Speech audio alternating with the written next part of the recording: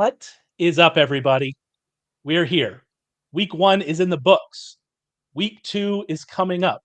We're going to preview week 2 for fantasy football purposes, and the only person to do that with is Mr.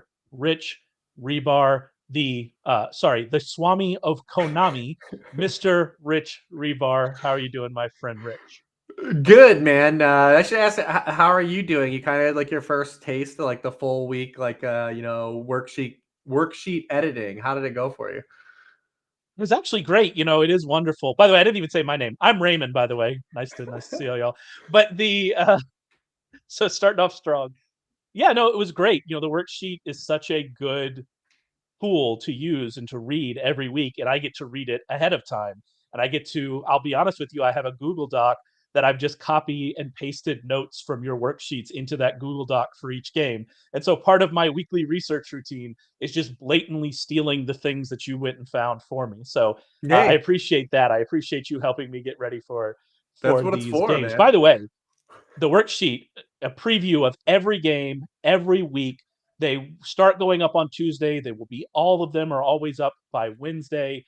The rankings for fantasy football, Rich's rankings, all of that is part of our all access package. Our all access package, in addition to Rich's fantasy content, includes the betting content from Warren Sharp, betting recommendations for the NFL, betting recommendations for college football. It includes all of that. You can get it for 15% off using the promo code SAVE15 over at sharpfootballanalysis.com. I recommend you go over there and check that out. Also, we're doing this live. We're going to do this live every single Thursday. We're going to go live on YouTube at 11:30 Eastern time. So, if you're listening to this in a podcast form, you're just sitting at work not doing anything around that time on a Thursday, come and check us out. Better yet, go to YouTube, search Warren Sharp. You will find our channel, the Sharp Football Analysis channel. Subscribe to that channel, like it, sign up for notifications, and you will get notified whenever we go live. We're going to be going live a lot this year. Rich and I are doing this now. We're going to have another live show before Thursday Night Football tonight. I go live with Tucker and Curtis after the late games on Sunday at 7:30 Eastern, where it's going to be a ton of content. Adam Wilde did a Thursday night a showdown preview on Wednesday night. A lot of stuff there for you on the YouTube channel. So make sure you check that out. But we're going to get into week 2. Before we do, I need to ask Rich, I know you've been buried. I know you were buried all week, all yesterday in the worksheets and the rankings. I know that you needed to turn your brain off for a little bit. Have you please tell me you've seen the alien stuff that's happening on the Twitter right No, no, you were telling me just a little bit about it, so you can clue me in here. Give me the full rundown. I actually have not. I've shut off to the world the last 2 days. apparently at on Wednesday morning there was somebody who was going into that went into the I guess the Congress in Mexico and was showing them like pictures and evidence of like alien bodies. They were confirming the existence of aliens, and this is just one of my favorite things of all time. Anytime anybody shows up, because if you look at the pictures, I would recommend you do go and find this. It's beautiful. The comments are beautiful. I think Ian Hart said, I didn't think that we would discover aliens before Leonard Fournette and Kareem Hunt got signed, but here we are. They're just beautiful comments. It's just been a beautiful morning on Twitter. And I encourage everybody to go and view these very clearly fake images that were shown Listen, at the end. aliens are more respected than running backs. I mean, what can you say? They're more. It's just the truth, man. You really do need to go check out these images though. I looked at them. I go, okay, buddy. Yeah, I'm sure, I'm sure that those are aliens. Anyway, we're moving on from that. We're going to talk about week 2. What we really want to talk about leading into week 2, though, is what happened in week 1. There was a lot of wild things that happened. Apparently, Joe Oh Burrow yeah. is the worst quarterback in the league. So that was something interesting to figure out in week 1. There were a lot of things that happened as we look back, and we want to figure out, okay, as we're moving forward, what about this is real? What about this is fake? What can we expect moving forward? Should we sell high? Should we buy low? All of those kinds of things. And there are lots of kind of interesting situations, but I think we have to get started with the just general offensive malaise that we saw in week one. Offenses just struggled in week one. 12 games went under the total. There were just 61 offensive touchdowns scored, the fewest in week one since 2017. By the way, all of these are also from the worksheet. I just lifted them straight off the worksheet. Thank you, Rich, as well. The collective rate of 6.3 yards per pass attempt was the lowest rate for the league in week one in the 2000s. It was bad. It was exacerbated by weather. There was weather in a few games, especially games that we thought could maybe have a little bit more scoring. I think it really hurt the Eagles offense for instance. But this is just the continuation of a trend that we talked about on this very podcast and you wrote about in the offseason. So what do we do with this? Is this real? Why is this happening? Yeah, I mean that's kind of the thing, and I think you said it's not just one thing. There's a lot of factors I think that went into week one and why it was such a letdown. And the football was bad. Thank you, Tua, for saving us in the afternoon slate. The one fun game that we had was that one. Yeah, absolutely. And it's funny is it bled into afterwards. We were immediately shut down because the Sunday night football and the Monday night football was really really rough.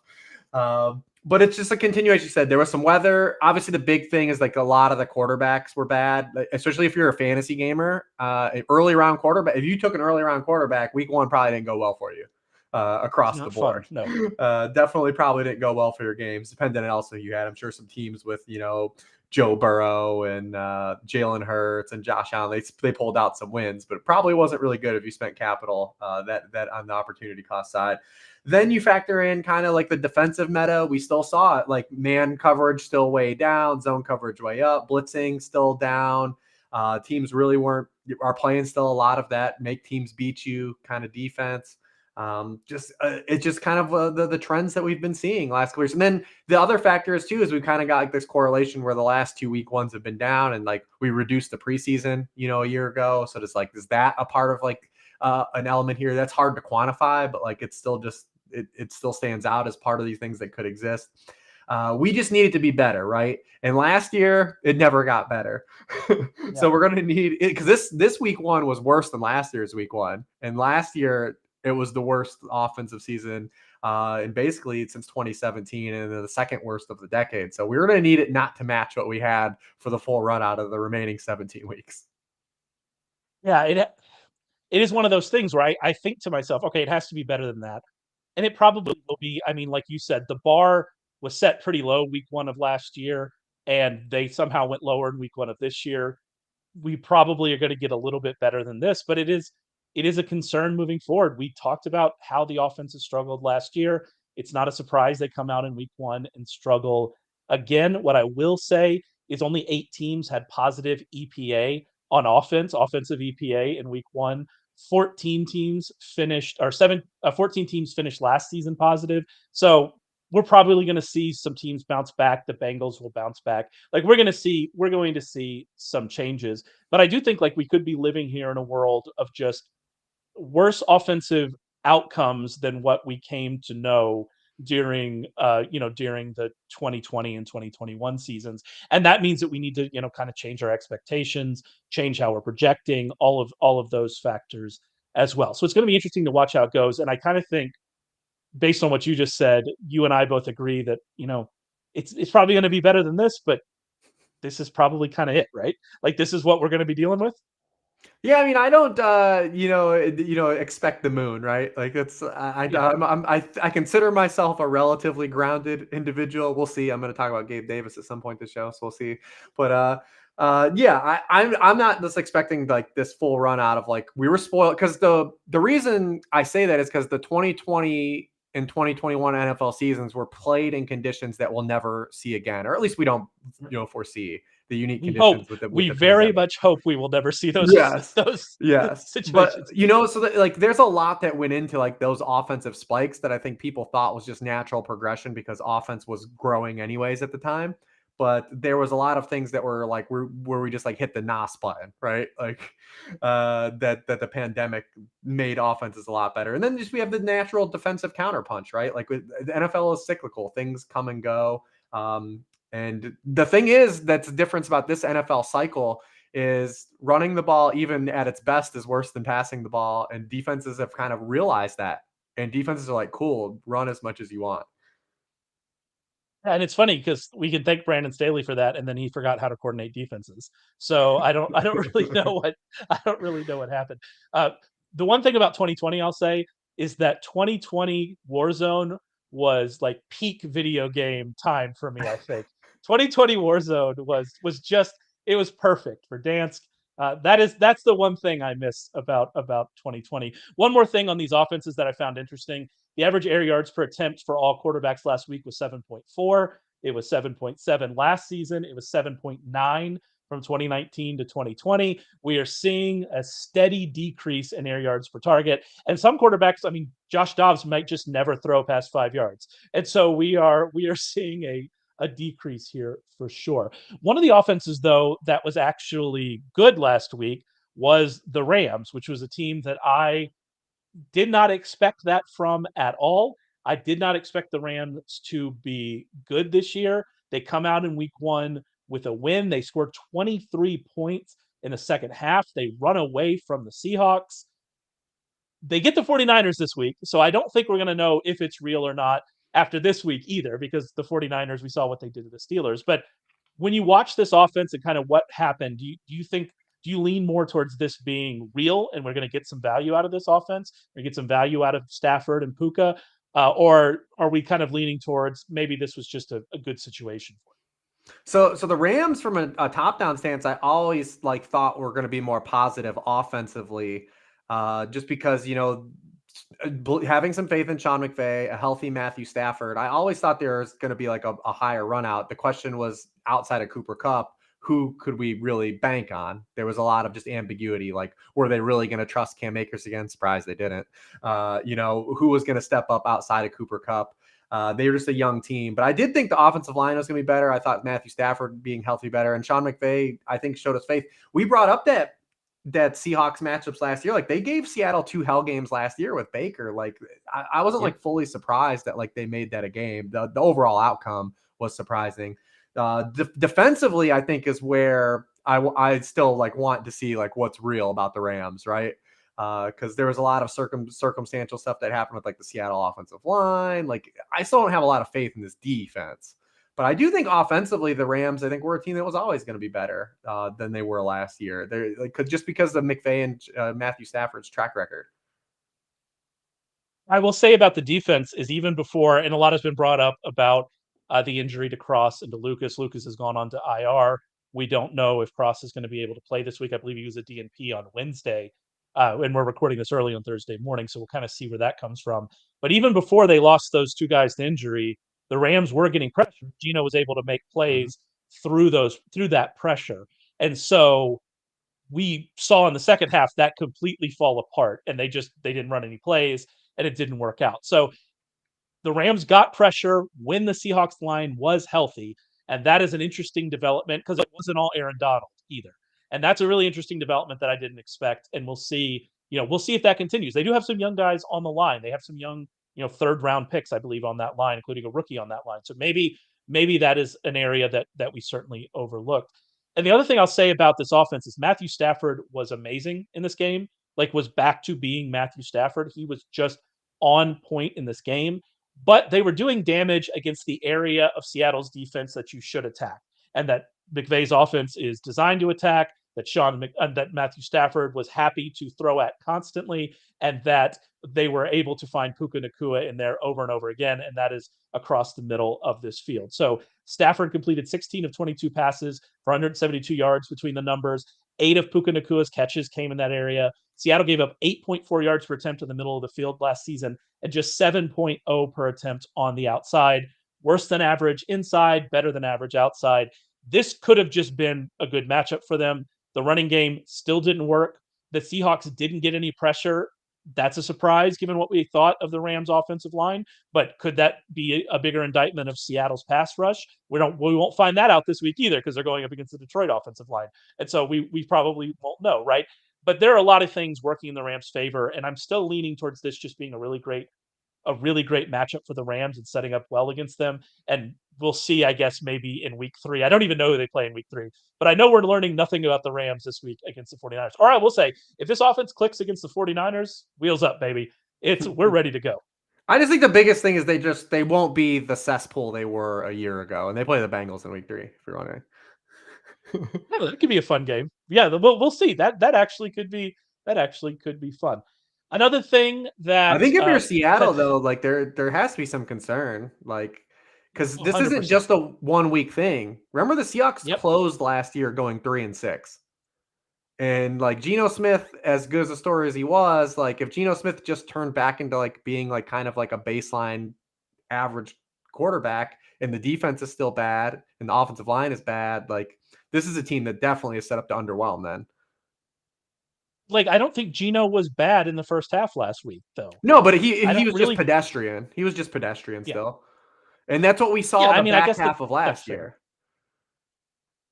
Yeah, and that's fair, but like he has he did enough to me, especially in the first half. And then they got boat raced in the second half. They ran what 14 plays. It is what it is. But I thought that Geno played well enough. The offensive line really let them down. But most importantly to me, that their defense got no pressure against a team they should have been able to get pressure. And if that's not going to happen, it doesn't matter how good your corners are. It's not going to work out. And so they really need to figure that out and kind of see where they're going. Moving on a little bit here to Tyler Algier and Bijan Robinson, who gave fantasy managers that drafted Bijan Robinson in the first round just gave them heart attack after heart attack in the first game. Tyler Algier had 18 touches and 2 touchdowns. Bijan had 16 touches in 1 score. I talked about this about Bijan Robinson several times in the offseason, is that Tyler Algier was good last year. Like it's not even beating around like, oh, he was good for being a day 3 pick. He was good last year. Among running backs with at least 50 carries at the start of 2022, Algier is 7th in EPA per rush. I did not think that Algier was just going to disappear. I also did not think that it was going to be split this way. And so it's going to be interesting to see moving forward how this works out. What do you think moving forward? What do you think we're going to see in this backfield? Yeah, it's really tough because it's Arthur Smith, man. Like he's got all these chess pieces and doesn't use them. So like the fact that like they haven't figured out how to use Kyle Pitts, who's like a unicorn at the position, like does not really sit well with me. That that he's just gonna jam Bijan Robinson, right? Like, and remember, Cordell Patterson didn't play in that game in week 1. Like Cordell Patterson's going to be on the field probably this week, and we'll see how he factors in. Because the thing with Bijan is we just we can't count on like a 33% target share every week. Like that's not going to happen. Running backs don't get target shares like that. So if he's not going to get goal line carries and he just has to live on like efficiency, he looked amazing, by the way. Bijan looked great. He looked the part for sure. But like we've seen the Falcons do this with this cattywampus usage with really talented players. I mean, Mac Hollins had more targets than Drake London in week 1. One of my favorite stats. Wasn't it Drake London and Kyle Pitts combined, or he tied for both of Yeah. them? Is that what it worked out? I think my favorite stat of week 1 was that Kyle Pitts had 82% of the Atlanta air yards and was 65th in air yards in the NFL. Wild. Yeah, I mentioned Dobbs not throwing it more than yards downfield. I guess I need to add Ritter to that Well, he's list the as other well. component of this too. Is like Ritter's, and his sample is growing now. He's only made 5 starts, but his sample is growing. That like he might not have it, and like the coaching staff's just never going to have him. Where like Arthur Smith finds like his version of Ryan Tannehill, he's still chasing that. Like they're not going to open it up because they don't have the capability to. So we need Ritter to take a big step forward. He threw 50% of his passes at the line of scrimmage or behind. Just, I mean, it's just not a real offense. Like it's just crazy, man. It's really wild. But to circle it back to Bijan, like where do we get like the volume, right? And because this team's not going to run a lot of plays, they're going to use a lot of running backs. They don't throw a lot. We can't count on that target share being over. Like he's probably going to be a really volatile player, and he looks the part though. But it's really tricky. Yeah, I mean, it could be Brees Hall last year before Brees Hall started getting all the touches right before the injury, right? Correct. Where he's going to get big plays and Except for it's not touchdowns, Michael and you know Carter getting the other touches. yeah, it's actually a good player. That's not fair. Michael Carter had a really good rookie season. I still have him on some dynasty rosters. I believe in you, Michael Carter. By the way, Michael Carter played what, like 13 snaps on Monday night or something like that. More than we were counting on him. Yeah. Yeah, no. So yeah, Michael Carter still alive and well as the number 3 back there with the Jets. What I will say about that game is that the Falcons defense was able to absolutely shut down the Panthers offense, and specifically Bryce Young, which allowed the Falcons to play the game the way they wanted to play it, which Mhm. was not trying to do anything. We'll see if they get into situations where they actually have to put their foot on the gas, what happens. But the Falcons defense did add a lot this year. Maybe the Falcons defense isn't going to be bad this year, and that's going to allow them to get into more of these situations they want. And it's very clear when they're in these situations they want, it's going to be a pretty split backfield, which is good for Tyler Algier, good if you drafted him in the double-digit rounds, and probably bad for Bijan Robinson. They play the Packers this week, so we might get we might not get that kind of game environment. After that, though, they have the Lions and the Jaguars. So week Hmm. 3, week 4, that might be where we Yeah, they're gonna have to start to score some see. points those games. Exactly. We might see where this offense actually is. All right, we actually have. If you're, I said it before. You should go to YouTube. You should go to Warren Sharp. You should search Warren Sharp. You should find our YouTube page. You should subscribe to it because you can join this show live. And we have someone in our chat asking a question. We're going to try to answer as many of these as we can as they come through.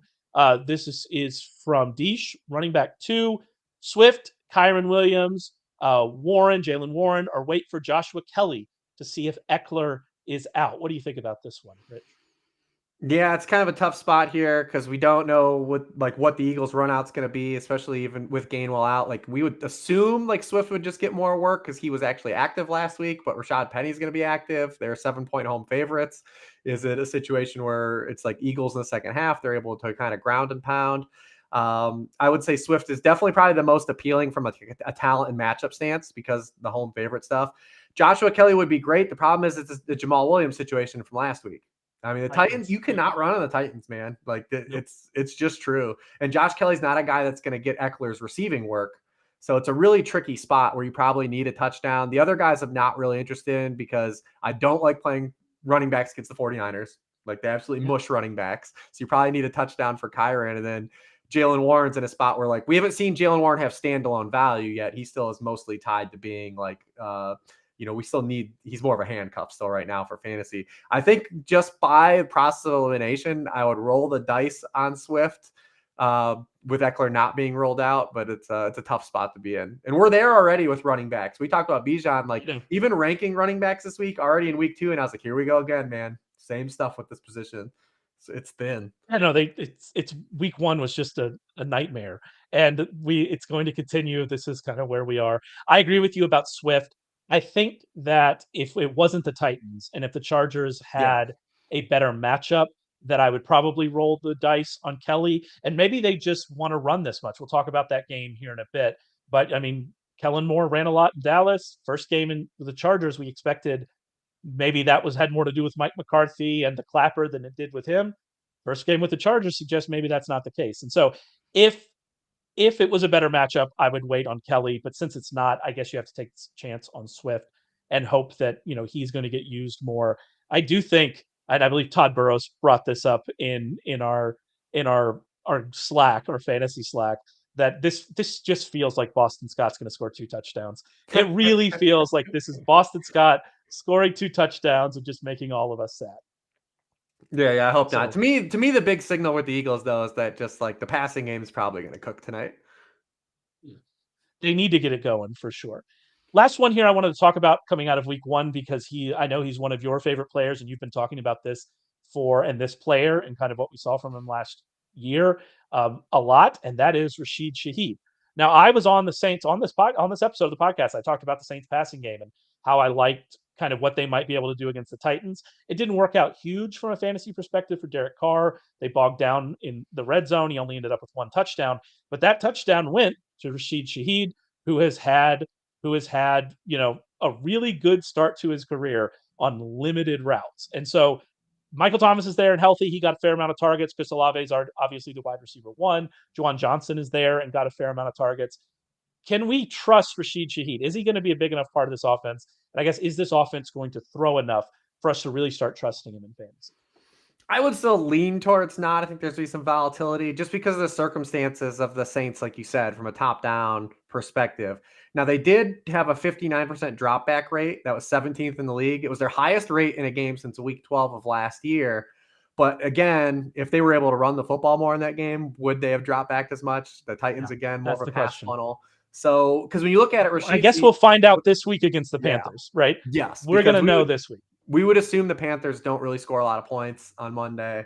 They just don't have the weaponry, right? Even with DJ Shark coming back, that's like crazy. Like we're excited, like just man, get someone that has anyone that can just run downfield. But he was still fourth on the team in pass routes run. He ran 10 fewer pass routes than Michael Thomas.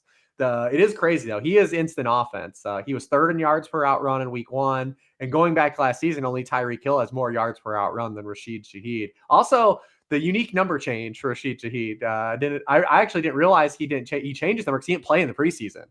So I was like, who was that? I was like, who's that running back for the Saints?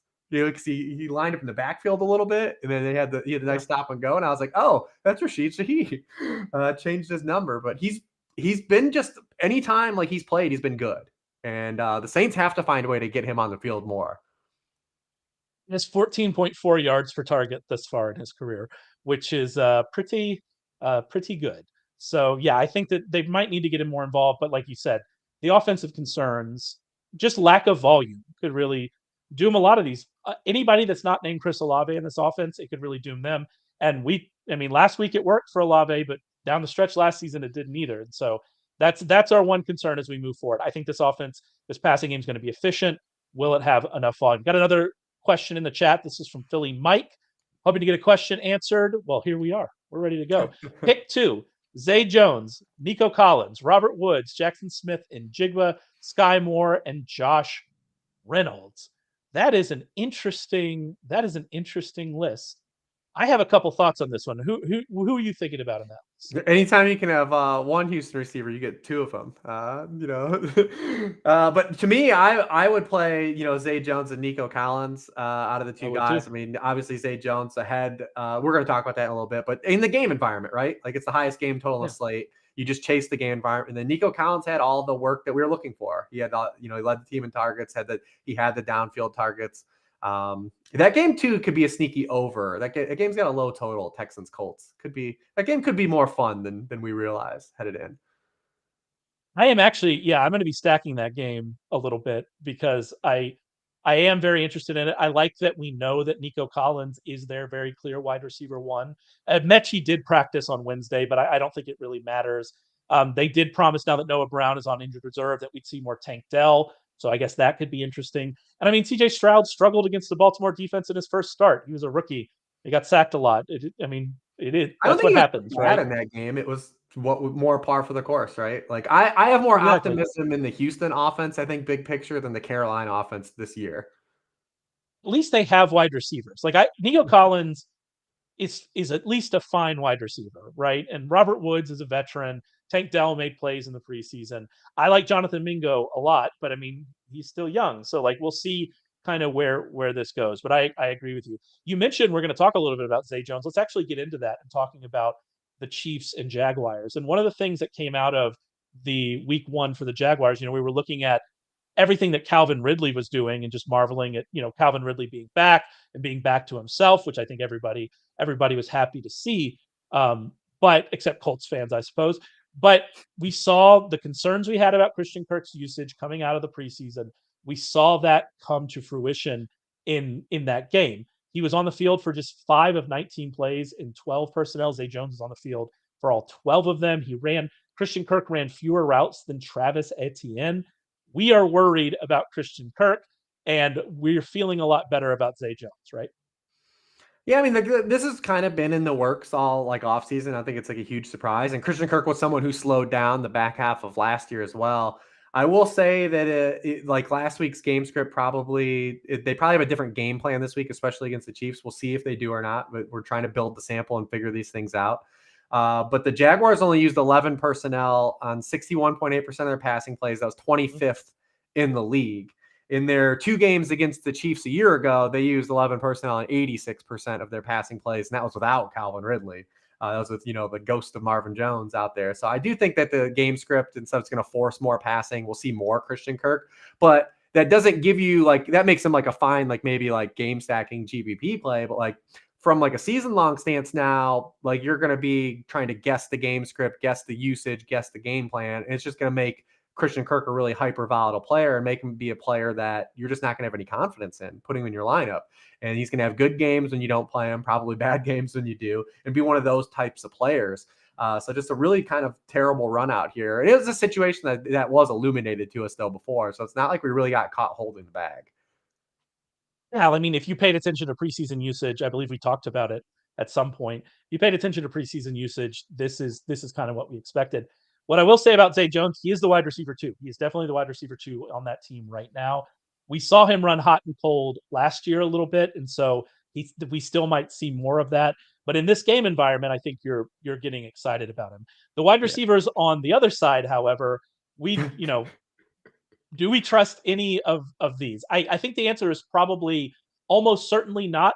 If Travis Kelce is back, and Travis Kelce was limited in practice on Wednesday, I think we expect him to play this week. But it was bad against the Lions. The Lions improved on defense, but did they improve that much? Tony at least gets open, but he doesn't catch it when he does. What are we doing with this wide receiver? Yeah, I mean, they had 7 wide receivers active on Thursday, and they all played. They rotated them all, and all of them except for Justin Ross ran double-digit pass routes. And I've thought this about the Chiefs all offseason. You can ask Curtis Harsh. It works just like he's picked my brain about a few times. I've long thought they're going to use a rotation of these guys. At least Rashee Rice didn't fall on his face, and if the other guys are going to fall on their face, it leaves the door open for him just to continue to get more work because he had more draft capital. It's a real kind of a bummer spot for Sky Moore because what do you do moving forward? He had Kelce out, he had the full runway and just wasn't open. He couldn't earn targets. He just wasn't open. At least Tony, as bad as he was consistently open. He was from an athletic stance, I think they're going to keep playing Tony, at least in packages, because he's the only guy that really offers a guy that can get open in space. We know they're going to continue to trot out MVS out there, and we're going to have a game or two where MVS He's got to cashes stay in some big shape. He's got to targets. keep running these That's win right. spurts. And it looks like they're going to continue to play Justin Watson a little bit, right? Justin Watson's just one of those guys that contributes. Justin Watson's one of those guys that's not a good football player, but if you're a fan of that team, you like him. Your father-in-law's they need to use Justin Watson more. He's one of those types of guys. But yeah, they're going to continue, I think, to throw a lot of these guys at the wall. Maybe big picture, some things sort themselves out. Rashee Rice continues to progress and gets more work. But I think it's just literally going to be when Kelce's back, it's still going to run through Kelce. Remember, Noah Gray ran the most pass routes on Thursday night still. So it's tough. I think you can't really, in a season-long league, have any faith in these guys, at least at this point in the season. Like I said, maybe something clarifies itself as we progress. But right now, they're going to throw all these guys out there. I actually wrote in the preseason, I'm glad you mentioned Rice and his draft capital. I wrote in the preseason, Rice is the type of receiver, all-around receiver they need to develop because they just don't have them. And so they need to develop him. I'm going to be interested to see coming off of that performance in week 1. Although, I mean, we didn't see him get a ton more opportunities in the second half. And so maybe not, but I'm going to be interested to see what happens to his playing time. It's very interesting on Sky Moore. You mentioned it. He just wasn't getting targets. He just does not earn targets. Sky Moore's been targeted on 18.5% of his routes so far in his career. To give you some kind of context on that, that's around where Chase Claypool was last season. I mean, it's higher than Valdez-Scantling because, Valdez-Scantling's always going to be around the lowest target per route in the league, but it's still not good. And if he's not earning targets, then is he going to keep running the routes he is? If you're hopeful on Sky Moore, you say, all right, he was clearly the number 2. He clearly ran the number 2 most routes. So maybe we're going to see this moving forward. But the track record of him just not earning targets is getting long and concerning. And yeah, I so think he'll be the prototypical best ball guy, right? Like when are you going to get Sky Moore right? In your weekly lineup? I don't know, because if it wasn't last week, I don't know. Yeah, exactly. I don't know when it's going to be. One more thing on the Chiefs, talking a little bit here about their backfield, which was split. This was something I was concerned about after Clyde Edwards-Helaire started the third preseason game, even though Pacheco was in there. I thought this was going to be more of a split. 6 carries. Edwards-Helaire got 6 carries. What was interesting though about this backfield is we saw Isaiah Pacheco catch passes, which we didn't see last year, right? He had 13 catches all of the regular season last year, and he had 4 in this game. Is that right off the top of my head? And so, like, it was really interesting. He ran 19 routes, which was actually more than McKinnon, who ran 16. This is a really weird situation because I think if you were drafting Pacheco in July, or early August, you were going, okay, I'm going to get early down from Pacheco. I'm not going to get many catches from him, but it wasn't that way in week 1. And I'm very interested in kind of where this goes. So where do you see this going? Yeah, it's one of those things, and the early down guy is always going to run more overall routes than the guy that really only plays on like pure down and distances, because you get a lot of more hollow routes on like the passing plays, like the early down passing plays. Because McKinnon was still a guy they only used in like one capacity, and we know what we're getting I for believe him. I believe McKinnon had 13 snaps on third down, and Pacheco just had 1. To your point, Yeah, like McKinnon, we know what McKinnon is, right? Like he's going to yeah. play in this one sector of games, like the game. But yeah, if you can just get a couple more catches out of Pacheco a game, the question is, like, he had those catches in a game where the receivers did nothing and there was no Travis Kelce. How static are they going to be? But the Chiefs are a team that threw to their running backs a lot. And we still don't know, like, are there answers at wide receiver? We just walked through it. So that also could just help him, like, catch a couple more balls if no one does anything in this wide receiver unit. But if you do look at his last 3 games, because in the AFC Championship game, he caught a lot of passes too. So the most receptions he's had are in 2 of his past 3 games. We'll probably just have a little uneven production, but he's definitely going to catch more than the 13 passes now he caught last year. I mean, he's what is he, a fourth of the way or a third of the way there already? He's still going So to be a I'm guy, like, when you don't get a touchdown, though, is going to probably be a pretty hollow play. especially if we keep seeing Edwards-Helaire get the touches that he's getting. If you had Pacheco and you drafted Pacheco, you need Edwards-Helaire to drop out of the offense. Like, that is a Yes. really important thing. And if Edwards-Helaire keeps getting involved this way, then you're going to be concerned about that. I will say there will probably be more rushing opportunities moving forward.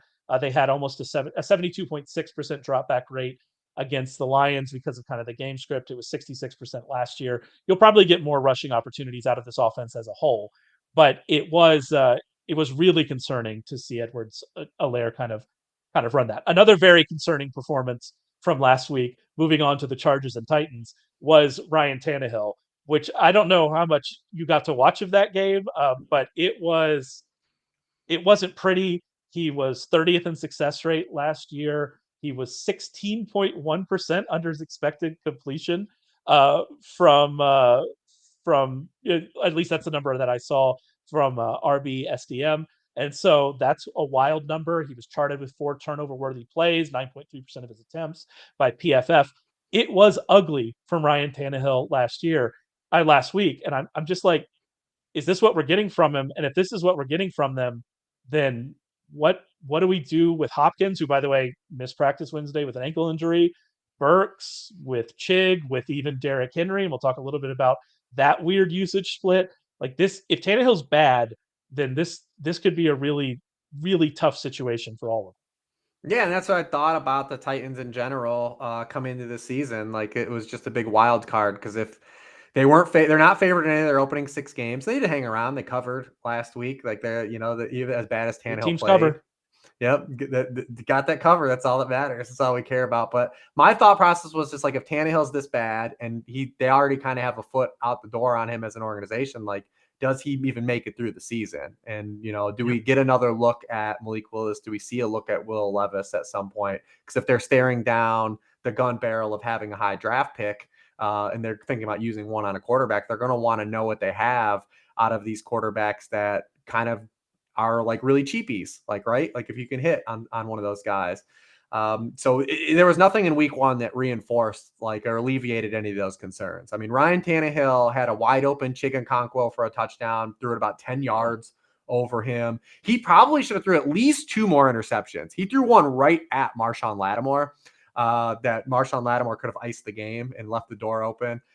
He was jamming the ball into Hopkins so much that even Mike Vrabel said something about it after the game, like that he was forcing the ball to Hopkins maybe a little bit too much. It was not the offensive conditions that you want to see, and their schedule just doesn't get any better either. Like this front half, it does the back half of the year get better, but like are they just in a hole and they make a move at that point? So this is a continuation of what we saw last year. He didn't play well last year, even before injury. He's 34 years old, going 35. Like he's not going to be the franchise quarterback. So like there's a lot of potential here for this offense to like really fall apart. And I mean, it raises questions about why did the Titans decide to try to go all in for another year, right? It raises questions about Yes. that. Although, I mean, the defense looked pretty good against the Saints. Yeah, They gave up defense. passing Yeah, yards, listen. They can rush the passer, and man. Like so that front is good. the defensive front is amazing. Like it really is one of the best in football, and it might end up going wasted if this offense continues to go the way it is. And you mentioned, are they going to change? Well, that doesn't. I mean, from what we saw from Malik Willis in the preseason and last season, that's not going to matter. Like Right. that's going to probably be worse for Hopkins. Will Levis, I mean, we'll see. He obviously had the injury in the preseason. We didn't get to see a ton of him. So will that be better? I don't know. Like that's a giant problem. And then, as you mentioned, if this really gets bad and they go to the bye week 0-6, then I mean, is Derrick Henry even on the team by the time the trade deadline runs over? So it's going to be interesting. And speaking of Derrick Henry, that was actually one of his usage and kind of the split with Tajay Spears was one of the biggest surprises. And you made mention in the worksheet about how even though Tajay Spears played 5 more offensive snaps, Derrick Henry still dominated the touches. By the way, the worksheet, sharpfootballanalysis.com, part of our all access package at Sharp Football Analysis. You need to read the worksheet every week. It's great. But you mentioned like the usage still worked for Henry, but be that as it may, they played the exact same number of snaps in the first half, so this wasn't like a late in the game kind of thing. I am worried for Henry about this type of usage, especially if Spears is going to be involved in the pass game more. Because if this team is bad, then that's a concern for kind of Henry's ability to I guess have good games and bad game script. And so I'm very concerned. How about you? Yeah, that's what you're worried about is the game script stuff because the overall snaps aren't a big thing. It's like exciting tight end snaps. It's the touches are still we care about. And he was still 5th among all running backs in backfield touch share.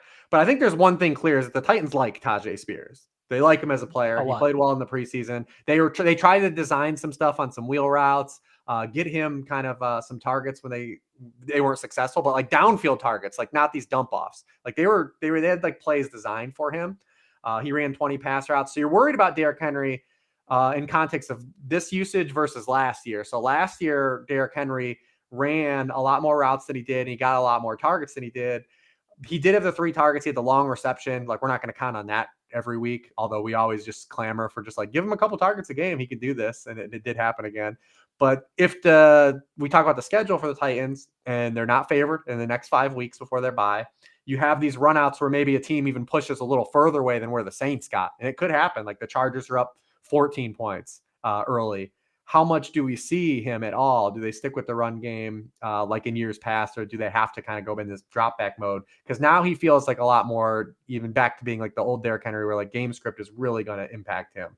And he was the guy that I wasn't drafting either. So like I was staying away from the Titans for all this. Like nothing had happened in week 1 like pushed me off to say like, yeah, I read that situation wrong. We'll see what continues to happen. I'm probably going to play Derrick Henry in some tournaments this week, but it's rough, man. It's not the outlook you were looking for early in the season. Absolutely not. This is not. If you drafted Derrick Henry, you did not want to see what we saw in week 1. One more interesting thing from this game, and it will be, we kind of talked about it when we talked about Joshua Kelly and Austin Eckler obviously missed practice on Wednesday. We're recording this on Thursday morning, so we haven't seen his Thursday practice. But the Chargers, they came out and they ran the football. They ran on 57.1% of first downs in week 1, which was only 13th, but they ran the ball a lot in that game. The Dolphins had a dominant run defense last year. They brought back the entire defensive front. I'm pretty sure. I'm remembering off the top of my head.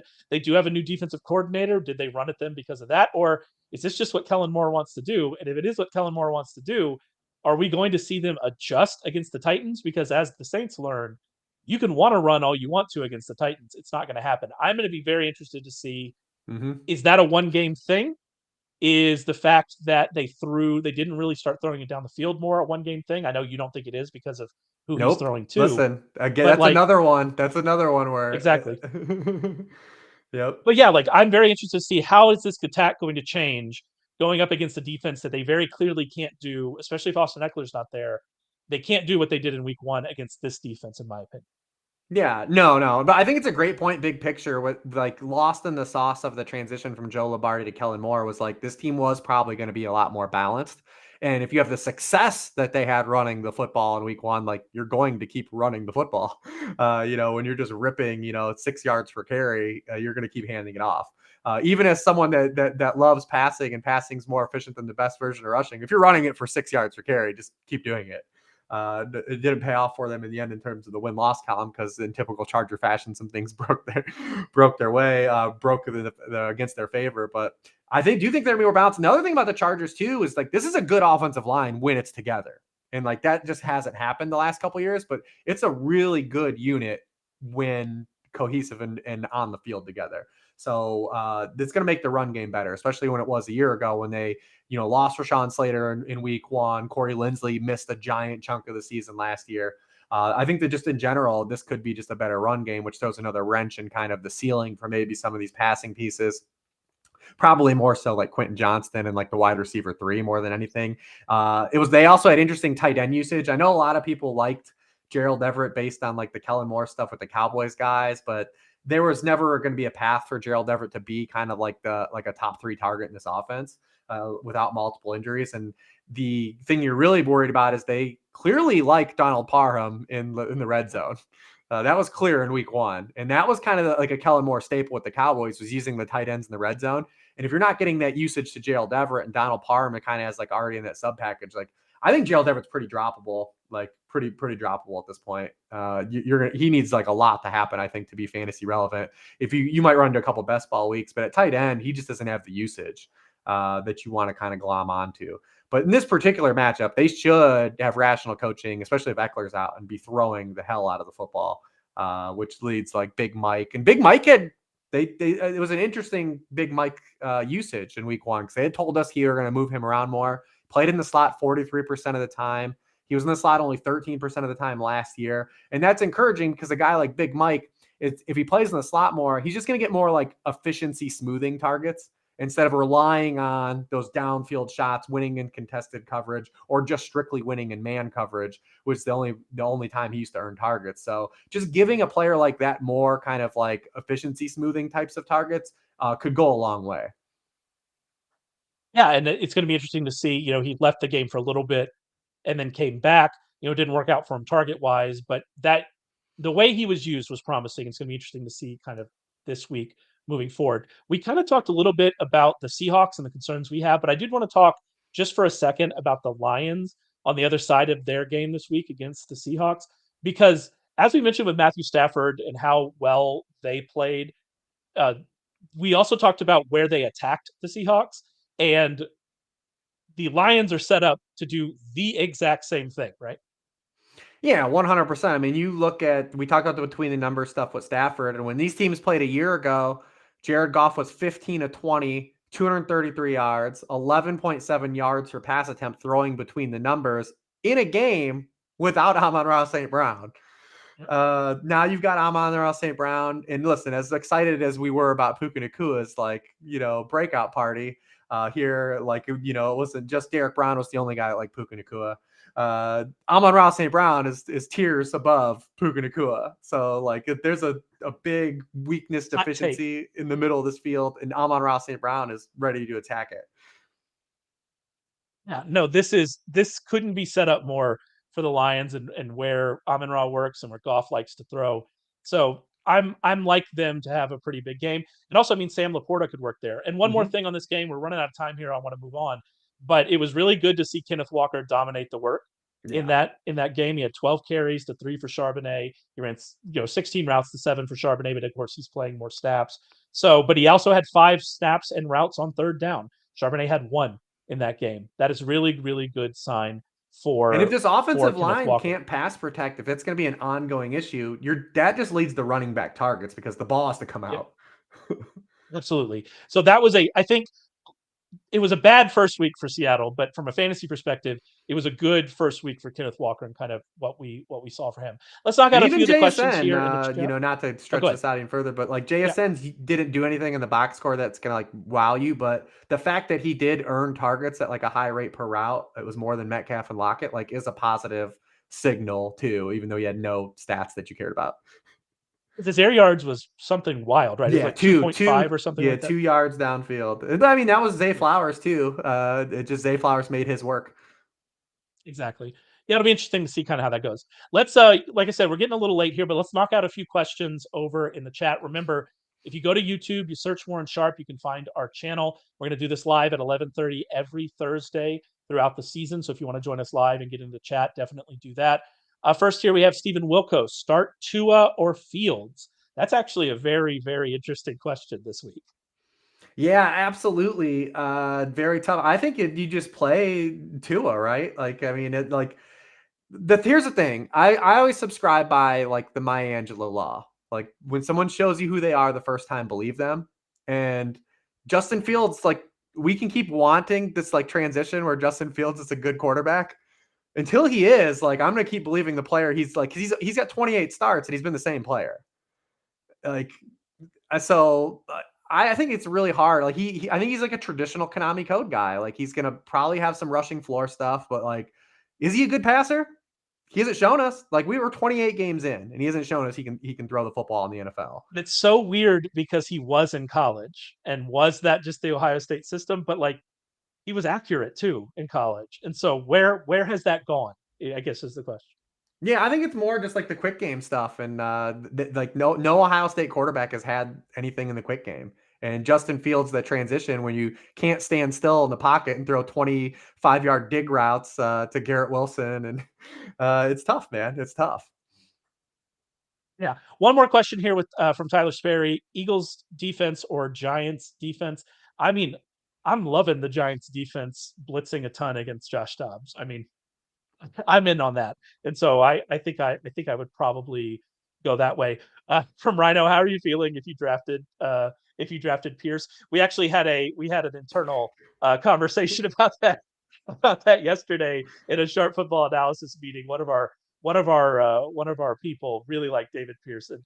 Rich, how did you feel about Pierce leading into the season? I like Damian Pierce, the player. It's just a tough spot to bet on a player that doesn't catch a lot of passes playing with a rookie quarterback and a team that maybe projects to be like a bottom five offense. It's a tough spot. It definitely is a tough spot. All right, let's move on to a segment we're calling. We did this segment last week. We didn't have a good name for it, and then Rich threw out just a banger of a name, Uncut Gems. We're going to talk about maybe a player that's being. Thank you, producer Heather, for this graphic that's cracking me up. A player that might be a little bit of overlooked here going into week 2. So, who do you got for us in Uncut Gems? Yeah, hey, listen, both guys, we have to live up. Both of our guys scored a touchdown last week. We didn't have a huge run out. You would have got, I think, some transitive property that should apply to J.K. Dobbins. Yeah, I wish it. unfortunately, J.K. Dobbins tore his Achilles after scoring that one touchdown, and then watched 2 other running backs score touchdowns. But I'm not disappointed by that. I didn't have J.K. Dobbins in like 70% of my DFS lineups or anything, so I'm not mad. Same. Don't tell the newspaper I'm mad. Same. Well, I'm gonna follow it up with a guy that generally I usually pick on myself, but I think there's a lot of stuff that points to like this could be one of the rare Gabe Davis weeks. I think it's a great spot for the Bills in general. They have one of the highest team totals on the slate, a 29-point team total, or 8.5-point home favorites. I had the nugget in the worksheet that Josh Allen, since his rookie season as a home favorite of a touchdown or more, he averages 24 fantasy points per game. And then I think when you look at this matchup in particular, it sets up for Gabe Davis. Since the start of last season, he averages 0.72 yards per out run against man coverage, 13.3% target share against man coverage. Against zone, he more than doubles his yards per out run, 1.81 yards per out run, 18.2% target share. In week 1, the Raiders played zone coverage 85% of the snaps. That was the 6th highest rate in the league. And against the Denver Broncos wide receivers, they allowed a 77% catch rate, which was 29th in the league, 2.3 PPR points per target to opposing wide receivers, which was 30th in the league. And Gabe Davis is still out there. He ran the most pass routes of the Bills. He's out there getting that exercise. Maybe that exercise translates this week into a score for us. Yeah, it could be there. I saw early usage to Deontay Hardy, and it made me really excited because I drafted him on so many I have a different teams. Bills hot take. I don't want to undercut your gem here, but Play it. I I think the amount of 12 personnel the Bills run is bad for Josh Allen. Oh, yeah, you did say that because you think it condenses space too much, right? Yes. I think it condenses the offense too much. Like they should have used that pick. And no offense to Jalton Cade, I think he's gonna be a good player. I'll probably be a good player in this offense just because the offense is good enough. But this team needs another speed wide receiver. This team needs Josh Allen is meant to play with like an open field. And I think condensing the field for Josh Allen is an overall net negative to what he brings to the table as a strength. Or you can just play Deontay Hardy and throw Yes. it to Yeah, him and yeah, we could do make that. me lots of money. I'd be very fine with that. My uncut gem is actually Calvin Austin this week with Deontay Johnson out at least a month. Last week, after Deontay Johnson left the field, Calvin Austin played 24 routes without Johnson on the field. Pickens and Robinson ran 28 routes, so he was right there as part of those three wide receiver sets. He had 4 targets. That was one fewer than Allen Robinson. That was one more than George Pickens. And what I really like about Calvin Austin this week, and when I say like, I mean, we're talking about deep leagues, or if you're desperate, or more importantly, if you're playing the showdown slate on Monday night, or if they give us a 2-game classic slate, which I hope they do. It's not up right now, but I hope they give us a 2-game classic slate for Monday night. That's really where I'm talking about it. He is the kind of wide receiver they're going to need if the Browns are able to get pressure. And the Browns got pressure on nearly 40% of the snaps against the Bengals last week. Pickett was pressured on 47% of his. Calvin Austin had an ADOT of 3.5 yards per target. 33% of his targets were behind the line of scrimmage. 50% were short. That's the kind of wide receiver he's going to be. But he has the skills to make big plays in those situations, and they need it. And so I think they're going to get him involved in that way, get him involved in those types of routes and screens, and try to see if they can get big plays that way instead of having Pickett hold the ball, which unfortunately he did a little bit too much of in week one. So I think this sets up really well for Calvin Austin, and I'm interested in him this week. All right, we're getting close to the end here. Got to get out, but I want to give some closing thoughts. What are we looking at in week two? What are we thinking about as we head into week two? What might we have to be talk about on this podcast next week? Yeah, we definitely want to see all those early round quarterbacks. We want to see how they bounce back. I want to see Tua. He rectified like one ghost, him and Mike McDaniel. I want to see how he performs against the Patriots defense that was still showed us like can be pretty good. Definitely looking at that. He said we talked about Rams, Seahawks. We're trying to get some answers. I also want to see more from Jordan Love. I think how Jordan Love got there for fantasy last week is very fragile to think is like sustainable. So I want to see him play more of a complete game in week 2. Yeah, and it would be great to see Christian Watson, although he I didn't would like start to just practice see out. him. Yeah, I would really like to see Christian Watson.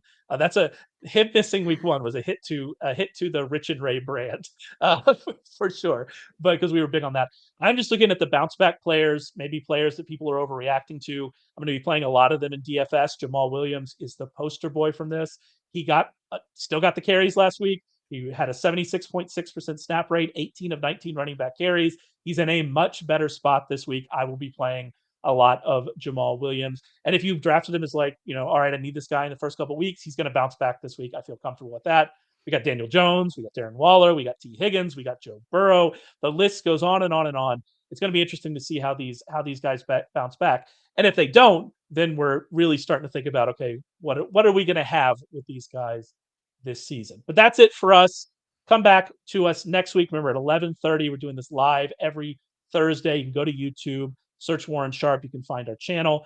Go to sharpfootballanalysis.com. You can find Rich's worksheet. It's part of the all access package at Sharp Football Analysis, which you can get for 15% off using Save 15. Make sure you go and check that out. He's Rich. I'm Ray. We'll be back to talk to you next week.